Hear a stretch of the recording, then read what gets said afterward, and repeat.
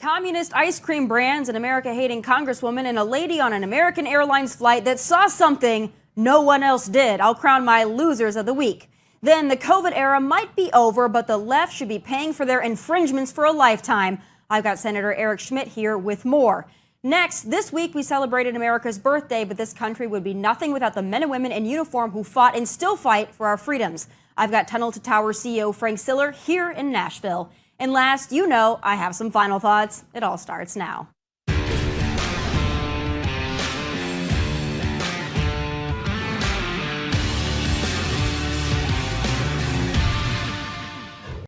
Judicial victories, America's birthday, cocaine in the White House. Safe to say it was a rough week for liberals as they truly ended up being the losers, a well-deserved label. But I've narrowed down my top three for this week. Let's start with Missouri Representative Cori Bush.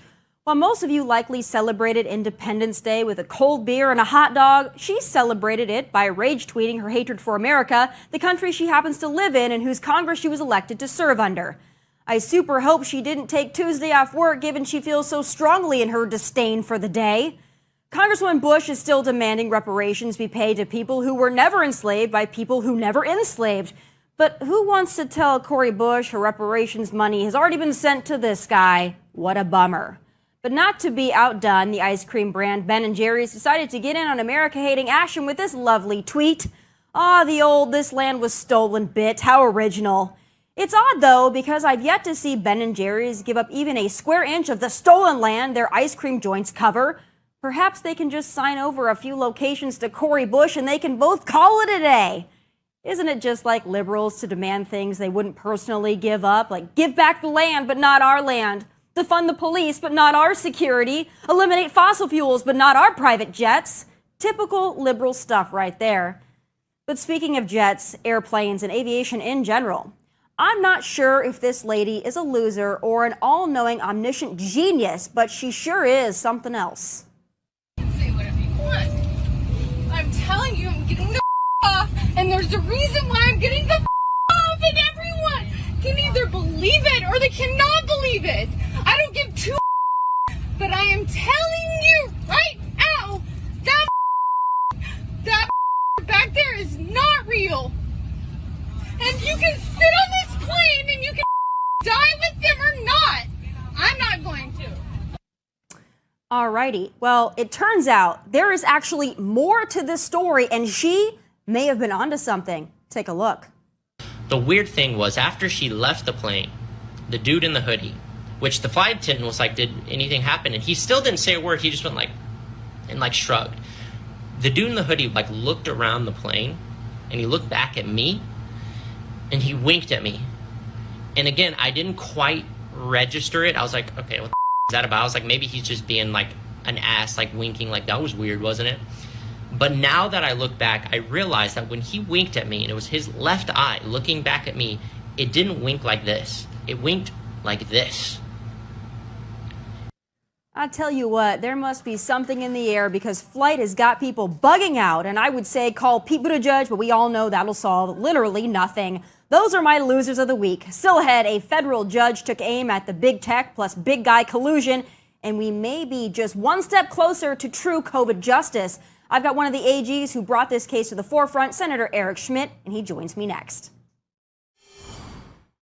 In yet another long overdue legal victory, this week a U.S. District Court judge determined the Biden administration likely colluded with big tech wardens to censor and suppress protected speech during the never-ending glorified cold that was the COVID pandemic.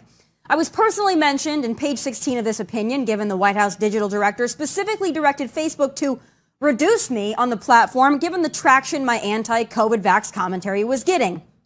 They called it disinformation, but we now know that 99% of the things the Democrats call disinformation really just inconvenient truths. The Democrats have basically been given COVID amnesty, but does this latest injunction mean justice will, in some small way, be served? Joining me now, former Missouri AG, now Senator Eric Schmitt. Senator, it is so great to have you. Great to be with you, Tomi. So you were on last night on Hannity just before me, so I got the pleasure of listening to you and hearing you explain this. But for my audience that didn't see that, I want to go into this injunction and what this judge said. Obviously, I just mentioned that page 16 mentions me specifically, all the hard work that you guys did to get this across the finish line.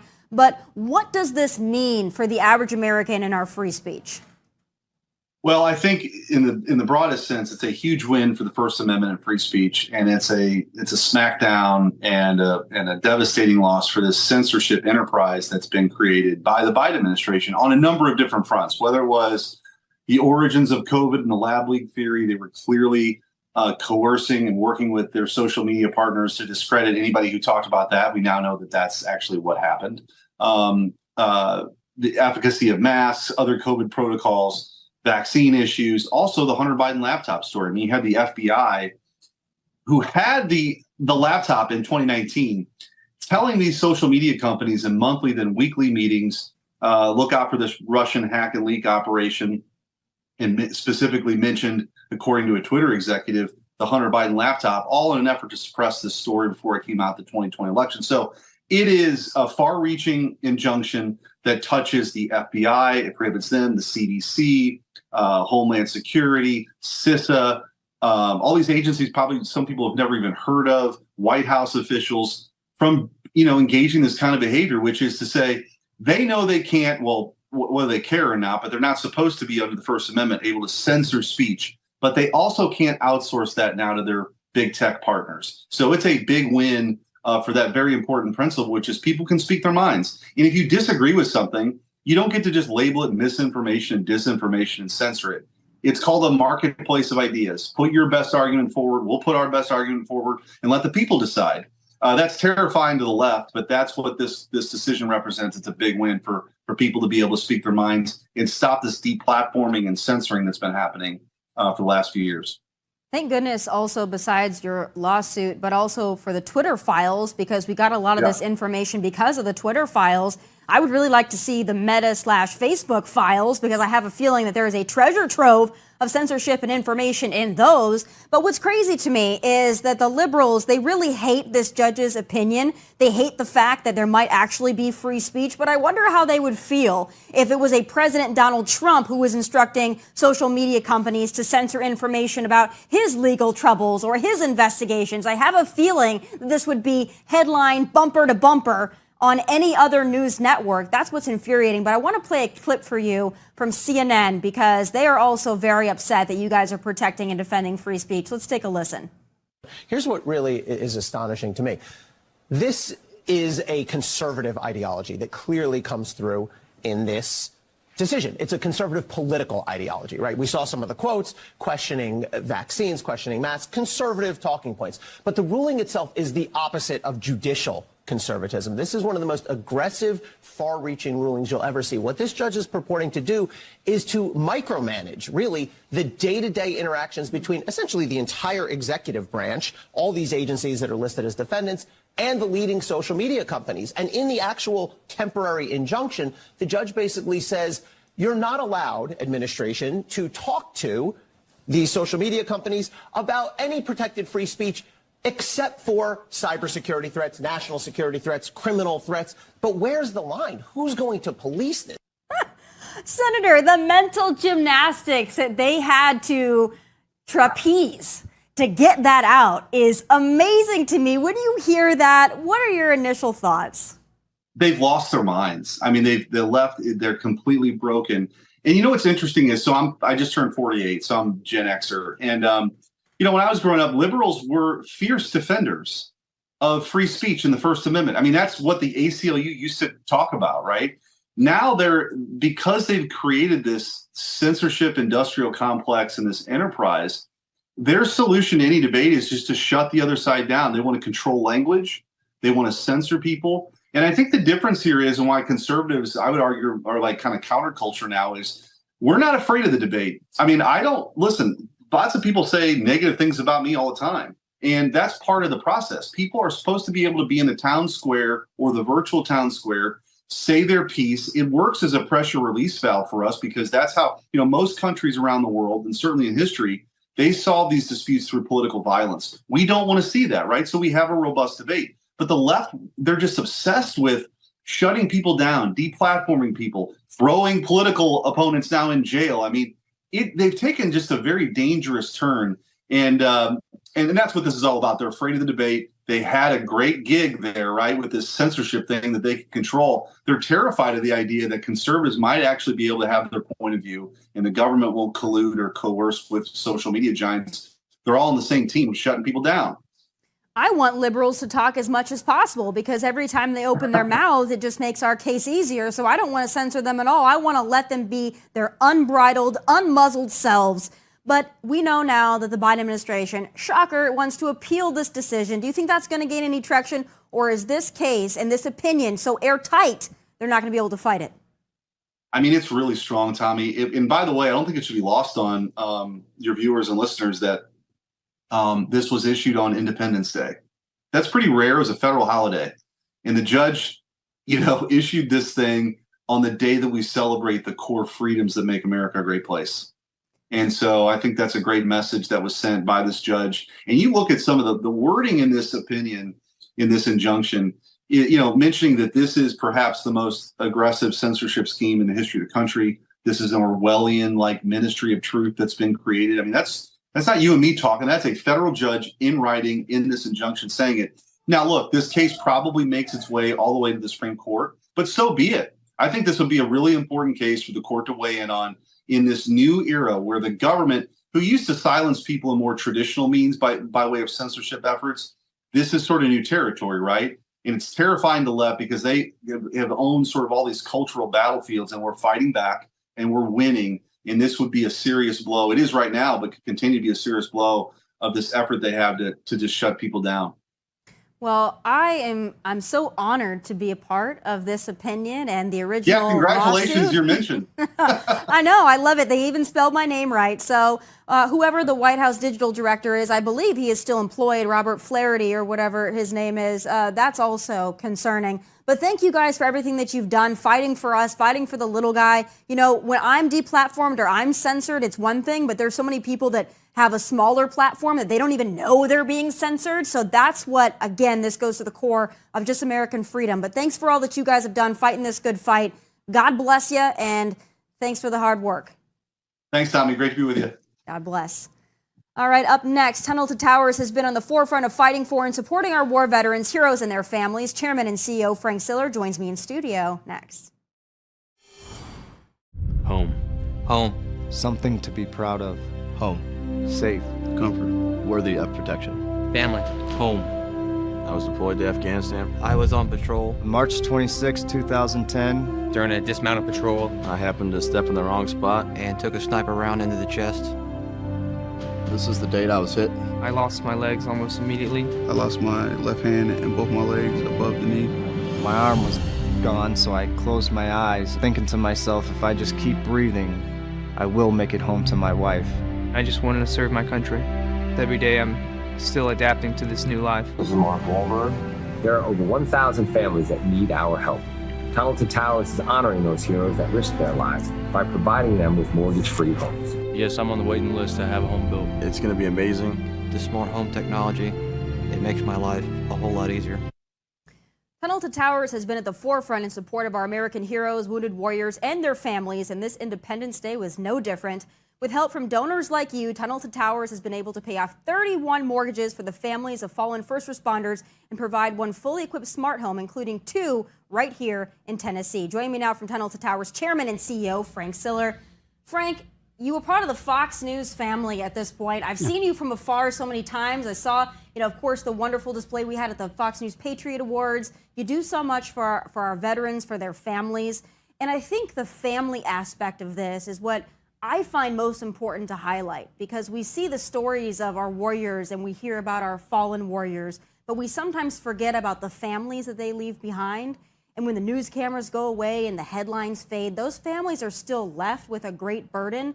And that's why I love what you guys are doing. Tell me about what you just recently paid off this 4th of July and what you're doing, especially here in Tennessee.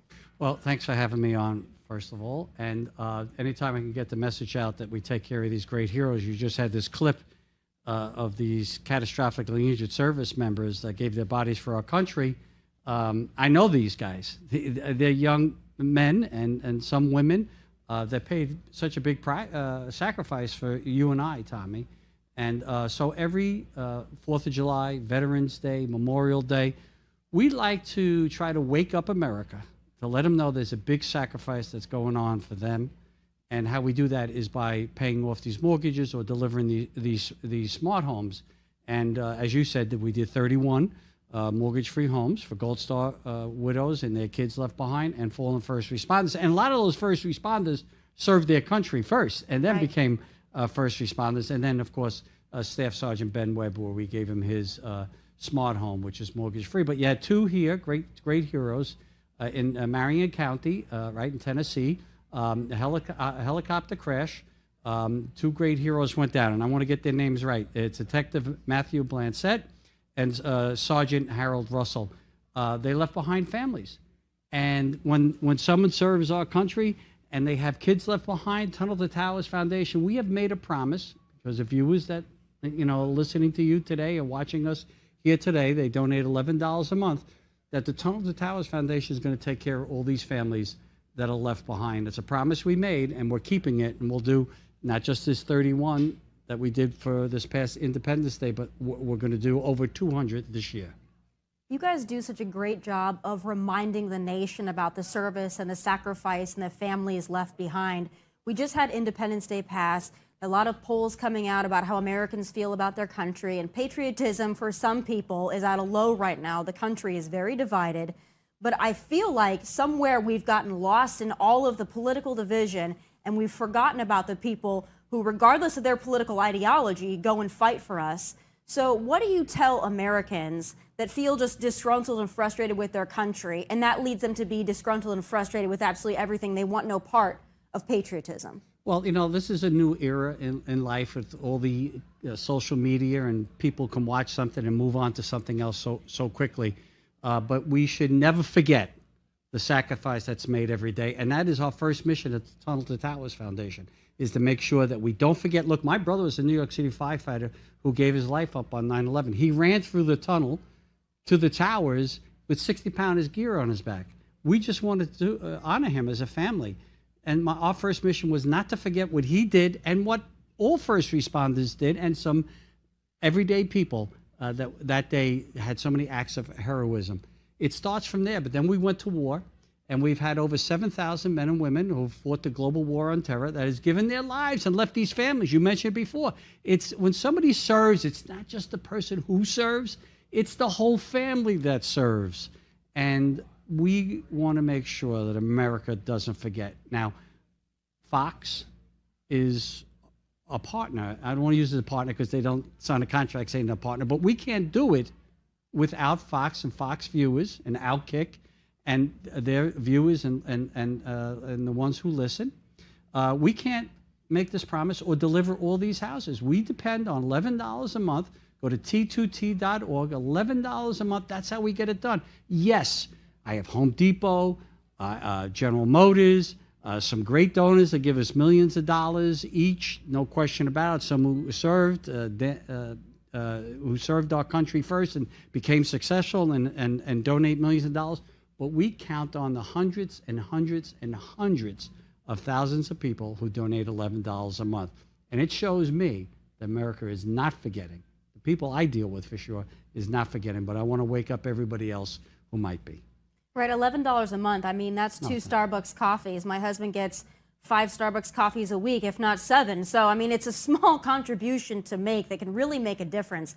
There's a lot of people out there who they want to donate and they want to help, but there's some organizations that are like, oh, I don't know if I'm sending my money. I don't know if it's going to the right things. I don't know if I can trust this.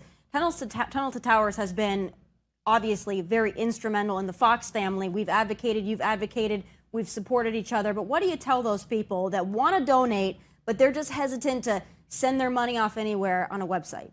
I'll tell them this. This foundation was started the sacrifice that my brother made. It bears his story, his image, his legacy. I promise that we'll always take the money that people are donating, over 95 cents of every dollar, and we'll make sure it's going to these great heroes and the families that are left behind. I made a promise to my brother a long time ago, and so did my brothers and sisters, that we will never forget, and we'll honor him. And the way to honor him is by doing good. And building these houses and delivering these mortgage-free homes to these great heroes is a great way to honor him and all those who perished, not just on 9/11, but has perished ever since. We ask everybody to join us on a mission to do good. St. Francis of Assisi said, brothers and sisters, while we have time, while we are here, let us do good. And we want to do good as a foundation. I promise you, we will take care of your donation. You could see where it goes. It's going to somebody's mortgage or to a smart home. People could see where their money goes. Let's talk about those smart homes, because I think we've all kind of seen the concept, but for these, as you mentioned, catastrophically wounded warriors, they need a whole different set of tools to be able to just operate. Tell me about what these smart homes do, some of the capabilities that they have to make the lives a little easier for the veteran or the family members. Well, so we're blessed that right now we have about 95 smart homes either that we're under construction or in the design stage. 95 of them. That's how much need is still out there. Right. Right? And we've delivered over 1,000 mortgage-free homes so far to Wow. date. Right. So we're proud of that. But these homes give them back, these heroes, some of their independence. We can't change the fact they're missing multiple limbs or they're traumatic brain injury or they're paralyzed. We can't change anything like that. But we can help their loved ones, their caretakers, and these great heroes to gain back some of their independence and be able to cook something on a stove. We have stoves that lower down when they're in a wheelchair, so they could cook something without asking somebody for the help, or in their cabinets, they can get something out of their cabinet and pull it down and get something out. Even as simple as a glass, they get a glass of water, so they don't have to ask somebody. And they go to the bathrooms. The bathrooms, we have the state-of-the-art bathrooms with the smart technology in it, so they could shower themselves or use the facilities themselves without asking somebody for help. These are just some of the things that we put into all the smart technology. They can work off an iPad. It's incredible what we put into these homes, but they're designed for their each individual needs, and we're proud of the work that we're doing. They're very grateful for it, and they want to pay it forward. Every one of them. You saw the Right. PSA they did in the beginning. They want to make sure the next guy or the next gal gets their smart home, and they want to pay it forward. So they're great heroes, and they continue being heroes. That's got to do something for their mental health as well. We know that that's a big struggle amongst those, especially wounded warriors that are coming home or wounded veterans, to not be able to do things for yourself. It doesn't help the mind. So giving them that autonomy, I can't imagine what that does. But let's talk about the families that aren't lucky enough to have their loved one come home. What's the reaction that you get when you have these mortgage-free homes, you gift them to these family members, these widows and their children? What kind of reception do you get, and what do they tell you when they get such a wonderful gift? It's very emotional. I used to call every one of them. There's just so many. I can't. But the ones I do speak to, every single one of them, the reaction has been similar in as they're so appreciative because they didn't know if they were going to be able to stay in the house that they were living in with their loved one before they died. They didn't know how they were going to be able to pay off their make their mortgage payment every month.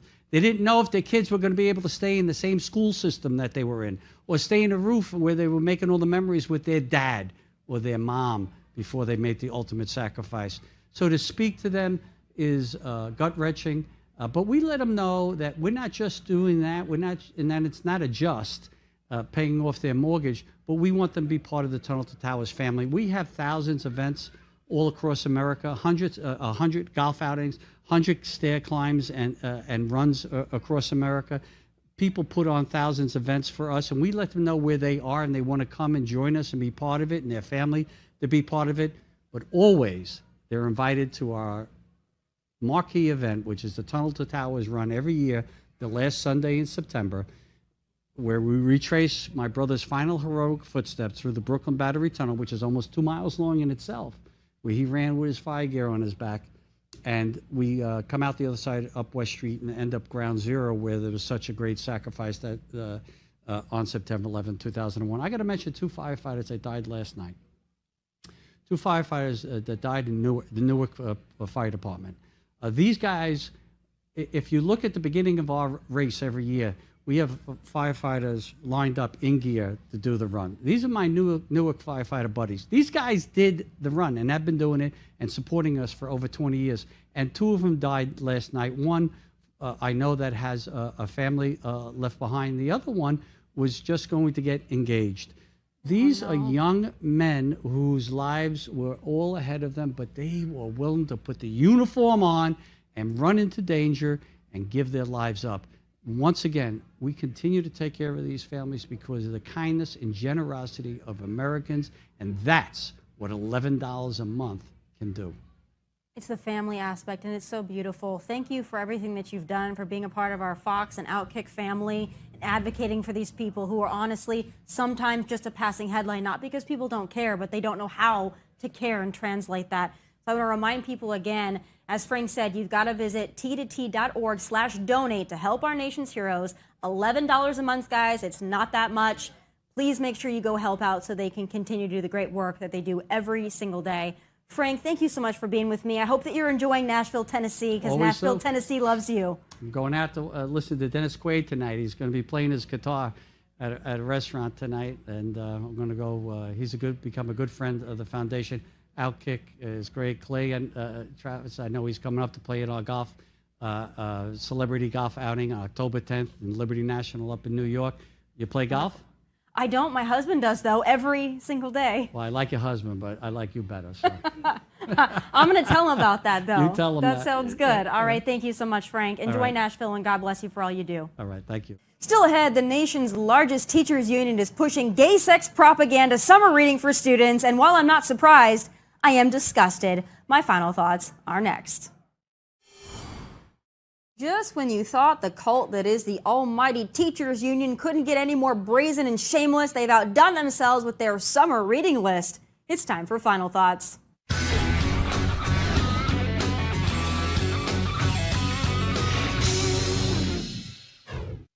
So just in case this wasn't already clear, the teachers unions care more about indoctrinating your kids and pushing out parents than they do any academic or educational goal. First, they pushed for school closures, then the masking and forced vaxxing of children, and now the largest teachers union, the National Education Association, has come out with a summer reading list that's less educational and more soft porn. Yeah, the NEA has recommended teachers include the graphic gay sex novel Gender Queer on their students' summer reading lists. Yes, it is what it looks like, a manual for gay sex, masturbation, and more. Is it educational? Yeah, sure, if you're trying to groom and sexualize children. Disgusting, repulsive, downright sickening. There's a reason this book is banned, because it doesn't belong in front of children. We must ask, why do these adults want kids reading about this stuff? Why? What's the end goal here? But Gender Queer isn't the only concerning book on the list. Another is White Fragility, a book that details how white people are pretty much the worst and use anger, shame, and guilt to avoid taking responsibility for racism and inequality. String those two books together and you pretty much have the liberal Bible and would-be Democrat Constitution rolled into one. Folks, they used to target this crap at college and university students, but now they've set their sights on the younger ones. Why? Because they play the long game.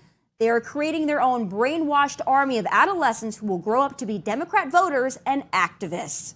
Our young people, our students, are failing by about every academic metric, and yet the teachers' unions have expressly declared their goal is not to better education or academic performance or achievement, but rather to teach young, impressionable students to hate one another, hate their parents, and deny their own biology under the guise of expression. Parents, get your houses in order, because this crap, it's not ending until you make it stop. Those are my final thoughts from Nashville. God bless and take care.